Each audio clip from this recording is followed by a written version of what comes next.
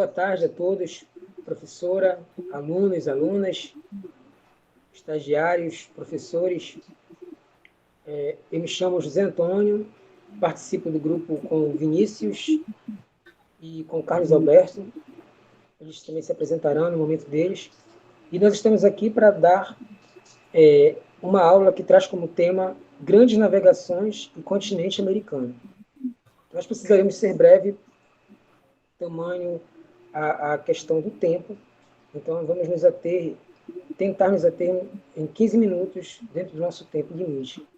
Então, as grandes navegações e continente americano é um tema que vai tratar de como alguns historiadores vão tratar como aventureiros, outros vão tratar como desbravadores, heróis, outros vão tratar como vilões. A história vai ter muitas narrativas acerca dessa vinda desses homens para cá. Então, como traz a nossa introdução aqui, a gente gostaria de, a priori, trazer um pouco da realidade que se vivia o mundo naquele momento, ou ao menos o mundo conhecido para os europeus, que alguma parte da Europa, alguma parte da África e alguma parte da Ásia.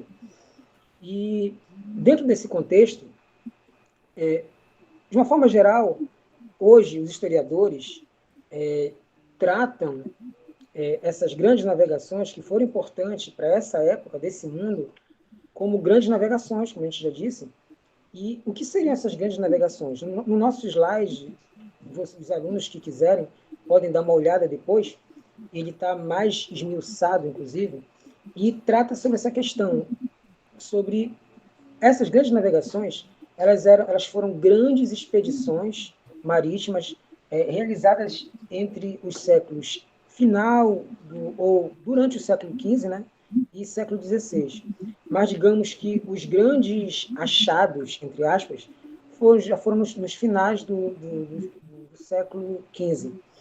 E esses europeus vieram para cá atrás de algumas situações.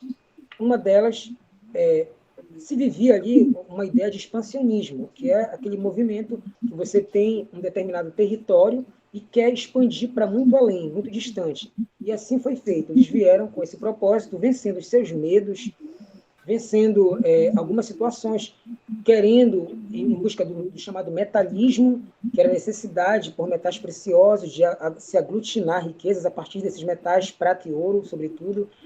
Tinha uma ideia também de se agariar gentios para a fé católica abalada por conta da reforma e contra-reforma, e uma série de motivos, de uma forma geral, mas um dos fatores também foi o aprimoramento das técnicas navais, que se tinha barcos à época, claro que se tinha, mas devido aos medos que eles tinham dos mares, de enfrentar esses mares, eles não se alçavam tanto ao mar. Então, a partir da escola de Sagres, como vocês estão acompanhando aqui, começam a existir as naus, as galeras, galeões, paquetes, patachos, bergantins, escunas, enfim, uma série de embarcações, até que se chegasse a uma embarcação capaz de se alçar ao mar a distantes viagens. E assim, como vocês podem ver aqui, o mapa, existe ali um momento de uma retomada.